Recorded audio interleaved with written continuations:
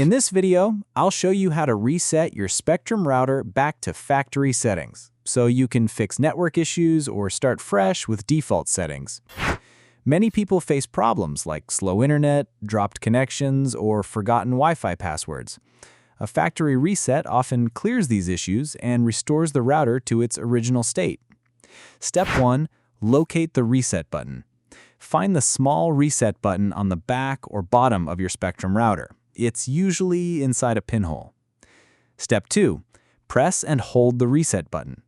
Use a paper clip or pin to press and hold the button for about 10 seconds. When the lights on the router turn off or start flashing, release the button. Step 3. Wait for the router to reboot. The router will restart automatically. This process may take a few minutes. Once it's done, all your custom Wi-Fi names, passwords, and settings will be restored to factory defaults. Important notes. Make sure your router is powered on during the reset. After the reset, reconnect using the default Wi-Fi name and password found on the router label. If you use Spectrum voice service, allow extra time for the phone line to reconnect. Thanks for watching.